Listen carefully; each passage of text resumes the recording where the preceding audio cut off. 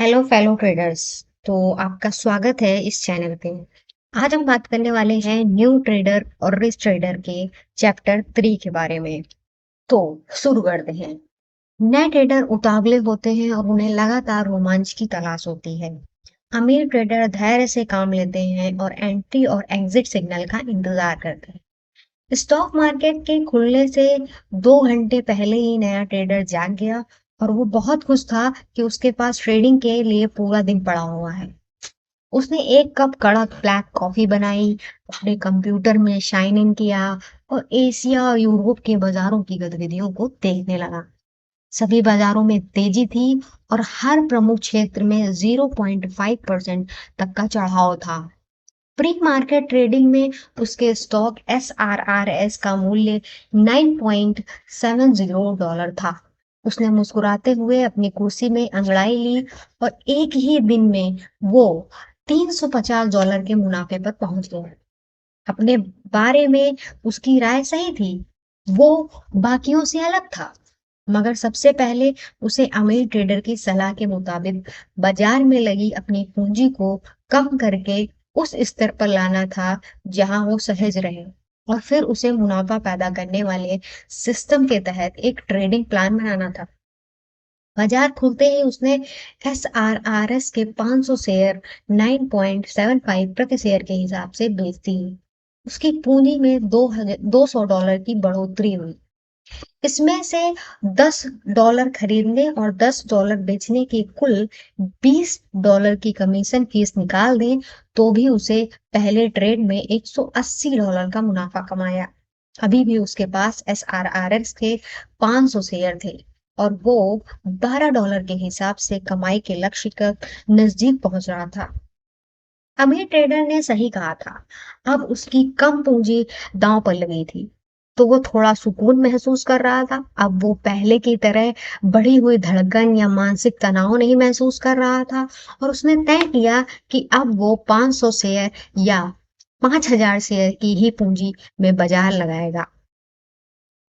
उसने सोचा कि जब उसका आत्मविश्वास और अकाउंट बैलेंस बढ़ेगा, तब वो बड़ा सौदा आराम से कर पाएगा। उसने समय के साथ अलग-अलग स्टॉक में थोड़ा-थोड़ा निवेश करके अपनी स्थिति को सुरक्षित करने की उम्मीद भी लगाई। अगले ही पल उसे लगा कि अकाउंट में पड़े पैसे से तो कुछ करना चाहिए, क्योंकि वो नगद अकाउंट से नहीं बल्कि मार्जिन अकाउंट से ट्रेडिंग कर रहा था। इसलिए वो 2-3 दिन इंतजार करने के बजाय आज के आज ही एक और ट्रेडिंग कर सकता था। $5,000 में खरीदे गए 500 शेयर ट्रेडिंग प्लान को लेकर वह सहज महसूस कर रहा था। अगर कोई स्टॉक $50 का है तो वो 100 शेयर खरीदेगा। अगर कोई स्टॉक $5 का है तो वो 1,000 शेयर खरीदेगा। उसके उसने दिमाग लगाया कि उसे शेयर की तेजी और उतार चढ़ाव का भी ध्यान रखना होगा। वो ऊपरी रुझान वाले स्थित स्टॉक से की ट्रेडिंग करना चाहता था। वो ऐसे स्टॉक की ट्रेडिंग करेगा जिनकी कीमत रोजाना 5% से कम ऊपर नीचे हो।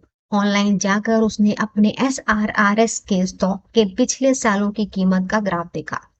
ये एक तेज उतार चढ़ाव वाला स्टॉक था जिसकी कीमत रोजाना औसतन 5% के आसपास ऊपर नीचे होती रही थी।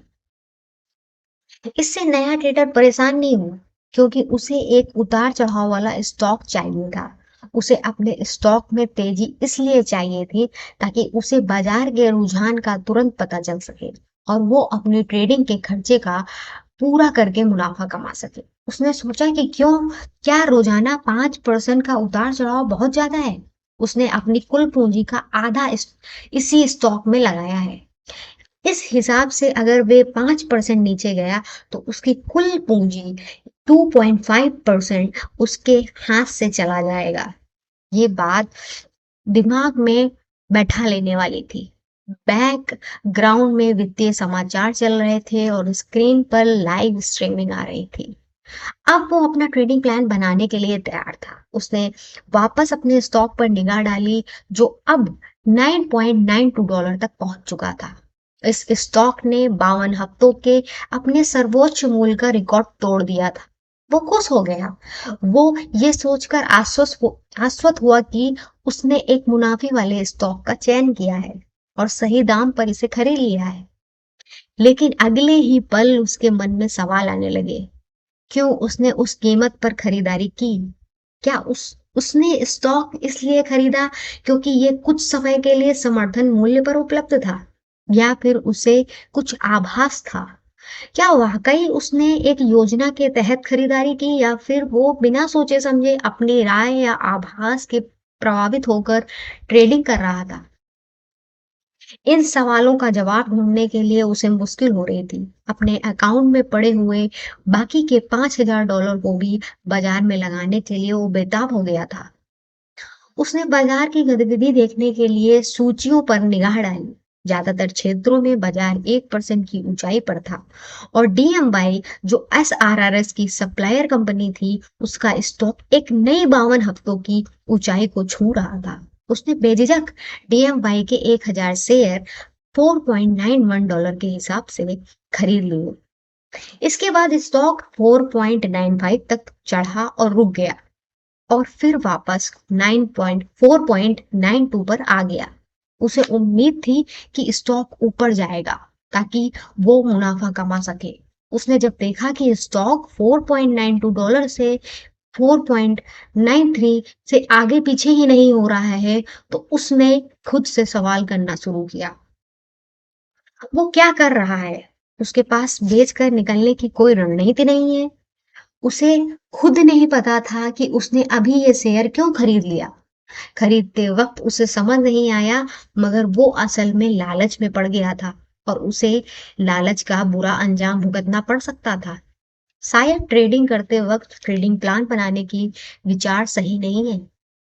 स्टॉक में तेजी की उम्मीद के लिए आधे घंटे स्क्रीन तकने के बाद उसने तय किया कि वो इसे बेचेगा।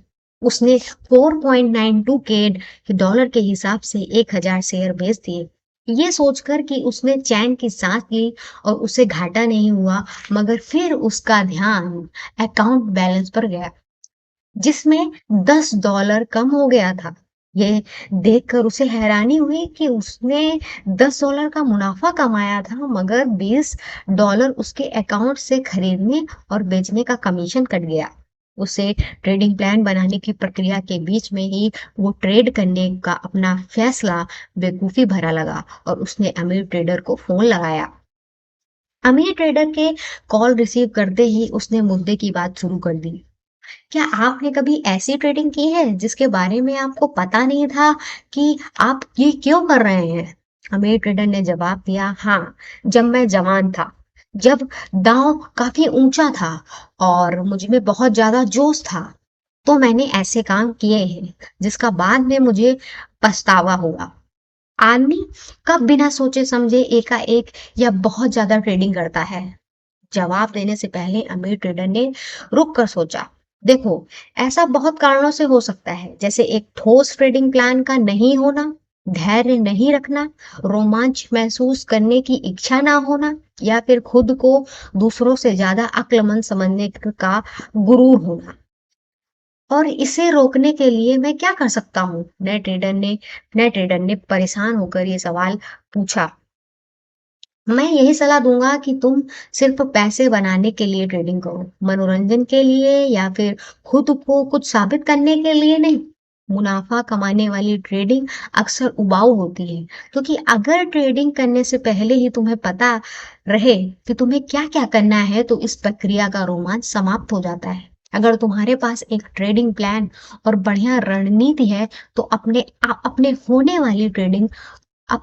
होने वाली ट्रेडिंग रुक जाएगी। तुम्हारा वक्त एंट्री सिग्नल और एग्जिट सिग्नल का इंतजार करते हुए कटेगा। वक्त के साथ तुम सीख जाओगे कि रणनीति अपनाने से आगे चलकर क्या मुनाफा होता है और जज्बात और अहंकार से काम करने से घाटा होता है। रणनीति के हिसाब से ट्रेडिंग करो, आभास और अपने राय के हिसाब से नहीं। बात आपकी बिल्कुल सही लगी मुझे। जब बाजार बंद रहे तब अपनी रिसर्च करो और योजना बनाओ। जब बाजार खुले तो रणनीति के हिसाब से ट्रेडिंग करो। मुझे अभी भी बहुत कुछ सीखना है। मेरी बात सुनने के लिए शुक्रिया। अनुभव तुम्हें सब कुछ सिखा देगा, अमीर ट्रेडर ने जवाब दिया। नए ट्रेडर ने तय किया कि जब तक उसके पास रणनीति ना हो, वो कोई नई ट्रेडिंग नहीं करेगा। कुछ गलत करने से बेहतर है कुछ ना किया जाए, क्योंकि जो भी करेंगे आप खुद ही के साथ करेंगे। बुद्ध। अमीर ट्रेडर की सलाह। पेशेवर ट्रेडरों के पास निर्धारित तरीका, रणनीति, नियम और सिद्धांत होते हैं, जिनके हिसाब से वो ट्रेडिंग करते हैं। वो तथ्यों के आधार पर ही खरीदारी करते हैं और दाम के आधार पर बेचते हैं। पेशेवर ट्रेडरों के पास मार्गदर्शन के लिए एक लिखित ट्रेडिंग रणनीति होती है। वो पिछले सालों के सटीक दाम, चार्ट्स, गणित के सिद्धांतों की जोड़ी हुई संभावनाएं, जोखिम नियंत्रण और अपने हुनर का प्रयोग करते हैं। जो भी हो रहा है वो उस पर तभी प्रक्रिया देते हैं अगर उस चीज को नापा जा सके। वे दाम को हिसाब से चलते हैं, भावनाओं के हिसाब से नहीं। अपने सौदों के साथ अपना आत्मविश्वास ना जोड़ें, अपना आत्मसम्मान ना जोड़ें। ऐसे ट्रेडर बने जो हर सौदे को भावनाओं से हटकर सम्मान और जिज्ञासा की नजर से देखता हो। अगर आप खुद के और सौदे के बीच भावनात्मक दूरी बना लेंगे तो आप अधिक सटीक होंगे और ज्यादा मुनाफा कमाएंगे। Thank you for listening.